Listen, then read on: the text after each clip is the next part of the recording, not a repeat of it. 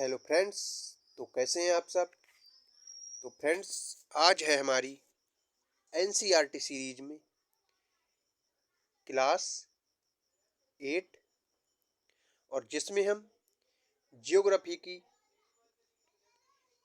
Class को discuss करेंगे। पिछली क्लास उसमें हमने क्लास 6 और 7 की एनसीईआरटी को कंप्लीट करवा चुके हैं और आज करवाने वाले हम जियोग्राफी एनसीईआरटी की क्लास नंबर 8 के चैप्टर फर्स्ट को, जिसका नाम है संसाधन। अगर आपने क्लास 6 और 7 की अगर वीडियो नहीं देखी है तो प्लेलिस्ट में आप जाकर देख सकते हैं। तो चलिए क्लास की शुरुआत करते हैं। तो क्लास को पूरा जरूर देखिएगा, क्योंकि आपकी आगामी सीटेट की परीक्षा में एनसीईआरटी से लाइन बाय लाइन क्वेश्चन पूछे जाते हैं। तो चलिए क्लास की शुरुआत करते हैं।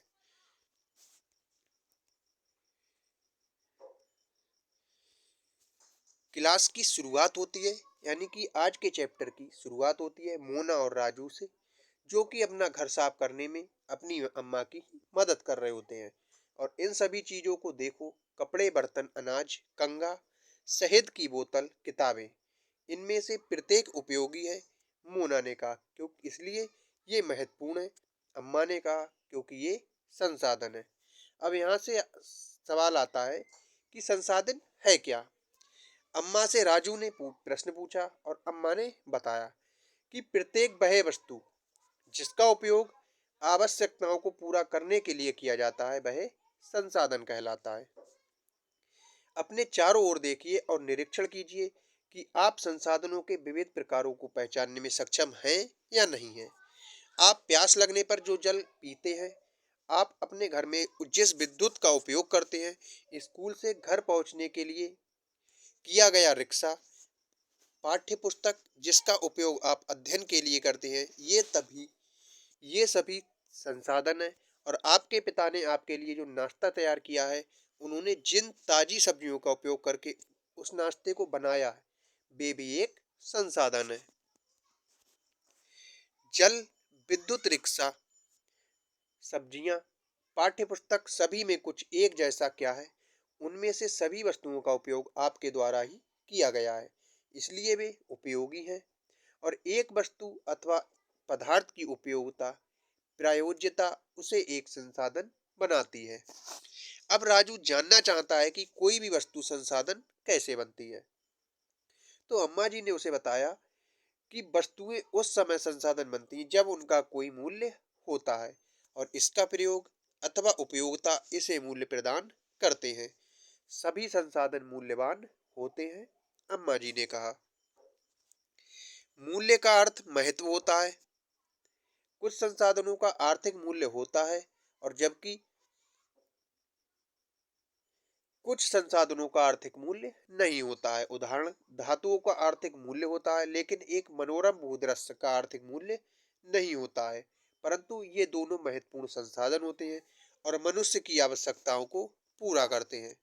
कुछ संसाधन समय के साथ आर्थिक रूप से मूल्यवान हो सकते हैं। आपकी दादी के घरेलू नुस्खे, जो आज कोई वाणिज्यिक मूल्य नहीं है, लेकिन यदि वे पेटेंट करने के उपरांत मेडिकल फर्म द्वारा बेचे जाते हैं, तब वे आर्थिक रूप से मूल्यवान हो सकते हैं।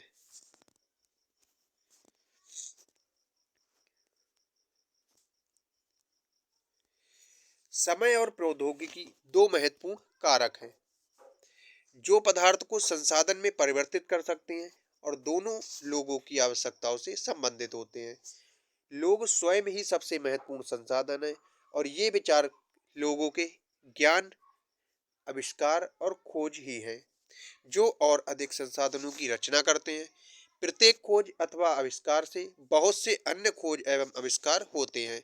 आग की खोज से खाना पकाने की पद्धति एवं अन्य प्रक्रियाओं का प्रचलन हुआ, जबकि पहिए के आविष्कार से अंततः परिवहन की नवीनतम विधियों का विकास हुआ था। जल विद्युत बनाने की प्रौद्योगिकी ने तेजी से बहते जल से ऊर्जा उत्पन्न करके उसे एक महत्वपूर्ण संसाधन बना दिया है। संसाधनों के प्रकार। सामान्यतः संसाधनों को प्राकृतिक, मानव निर्मित और मानव में वर्गीकृत किया गया है।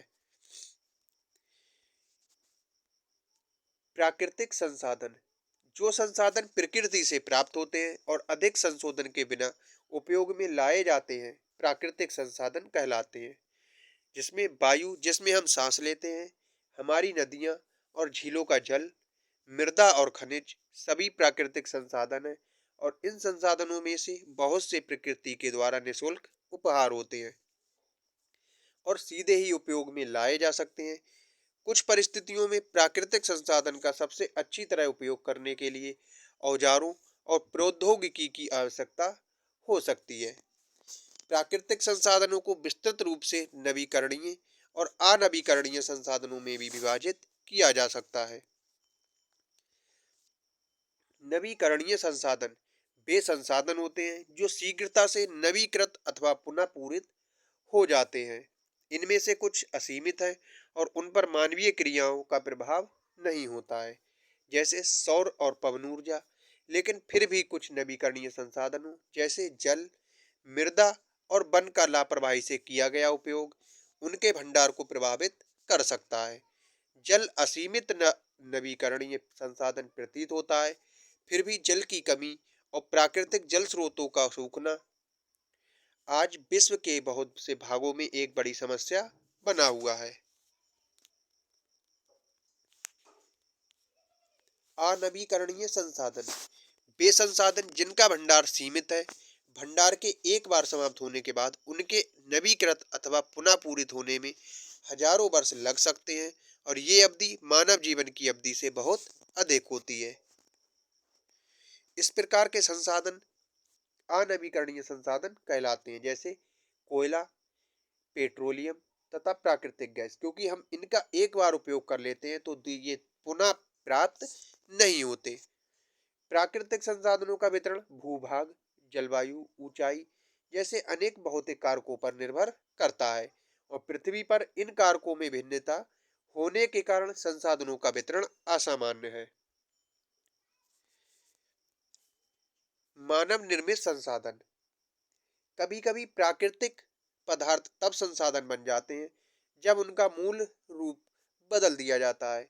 लौह अयस्क उस समय तक संसाधन नहीं था जब तक लोगों ने उससे लोहा बनाना नहीं सीखा था और लोग प्राकृतिक संसाधनों का उपयोग पुल, सड़क, मशीन और वाहन बनाने में करते हैं, जो मानव निर्मित संसाधन के नाम से जाने जाते हैं। और प्रौद्योगिकी भी एक मानव निर्मित संसाधन है। इसलिए हम जैसे लोग प्राकृतिक संसाधनों का उपयोग करके मानव निर्मित संसाधन बनाते हैं। मोना ने समझाते हुए कहा। हाँ, राजू ने स्वीकृति में इसका अपना सिर हिलाया।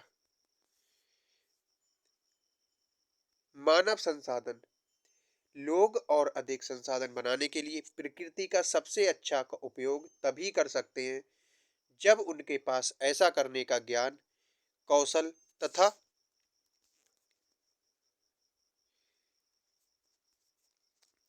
प्रौद्योगिकी उपलब्ध हो। इसीलिए मनुष्य एक विशिष्ट प्रकार का संसाधन है, अतः लोग मानव संसाधन है और शिक्षा और स्वास्थ्य लोगों को बहुमूल्य संसाधन बनाने में मदद करते हैं। अधिक संसाधनों के निर्माण में समर्थ होने के लिए लोगों के कौशल में सुधार करना ही मानव संसाधन विकास कहलाता है। संसाधन संरक्षण, मोना ने एक बुरा स्वप्न देखा कि उसने देखा कि पृथ्वी पर सारा जल सूख गया है और सारे पेड़ कट गए हैं। वहां पर ना तो छाया ही थी और ना कुछ खाने पीने के लिए था। लोग परेशान हो रहे थे और चारों तरफ भोजन और छाया की तलाश में निराश घूम रहे थे। उसने अपनी माँ को सपने के बारे में बताया और उसने पूछा, अम्मा क्या ये सच हो सकता है? हाँ, अम्मा ने उत्तर दिया, यदि हम नवीकरणीय संसाधनों के प्रति सतर्क नहीं रहते तो वे बहुत ही दुर्लभ हो सकते हैं और अनवीकरणीय संसाधन निश्चय ही समाप्त हो सकते हैं। राजू ने पूछा, हम इसके लिए क्या कर सकते हैं? बहुत कुछ, अम्मा ने उत्तर दिया। आप अपने दोस्तों से बात क्यों नहीं करते? संसाधनों का सतर्कता पूर्वक उपयोग करना और उन्हें नवीकरण के लिए समय देना संसाधन संरक्षण कहलाता है। संसाधनों का उपयोग करने की आवश्यकता और भविष्य के लिए उनके संरक्षण में संतुलन बनाए रखना सतत पोषणीय विकास कहलाता है। संसाधनों के संरक्षण के अनेक तरीके हैं और प्रत्येक व्यक्ति उपयोग उपभोग को कम करके वस्तुओं के पुनः चक्रण और पुनः उपयोग द्वारा योगदान दे सकता है। अंततः यह एक विभिन्नता बनाता है क्योंकि सभी जीवन एक दूसरे से जुड़े होते हैं। उस शाम बच्चों और उनके मित्रों ने पुराने समाचार पत्रों, व्यर्थ वस्त्रों तथा बांस की डंडियों से लिफाफे, खरीदारी के लिए थैले बनाए और मोना ने कहा, हम इन वस्तुओं में से कुछ वस्तुएं उन परिवारों को देंगे जिन्हें हम जानते हैं। मुस्तफा ने कहा, अपने संसाधनों को बचाना और अपनी पृथ्वी को सजीव रखना ये एक बहुत अच्छा कार्य है। जयश्री ने कहा, मैं बहुत ही सतर्क रहूंगी कि कागज व्यर्थ ना हो।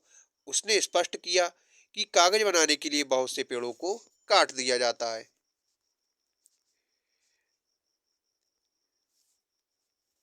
मैं ध्यान रखूंगा कि मेरे घर में विद्युत व्यर्थ ना हो, मुस्तफा ने जोर से कहा। विद्युत जल और कोयले से मिलती है और मैं विश्वास दिलाती हूँ कि घर में जल बेकार नहीं होगा। जल की एक एक बूंद मूल्यवान है। और आशा ने कहा कि बच्चों ने कहा, हम सब मिलकर अंतर ला सकते हैं। ये कुछ कार्य मोना, राजू और उसके मित्रों ने किए। और आपका क्या विचार है? आप संसाधन संरक्षण को कैसे कर सकते हैं? हमारी पृथ्वी और इस पर निवास करने वाले लोगों का भविष्य पेड़ पौधों और परितंत्र की सुरक्षा और संरक्षण से जुड़ा है। अब ये सुनिश्चित करना हमारा ही कर्तव्य हो जाता है कि सभी नवीकरणीय संसाधनों के उपयोग सतत पोषणीय हों और पृथ्वी पर जीवन की विविधता संरक्षित की जाए। प्राकृतिक पर्यावरणीय तंत्र की हानि को कम से कम किया जाए।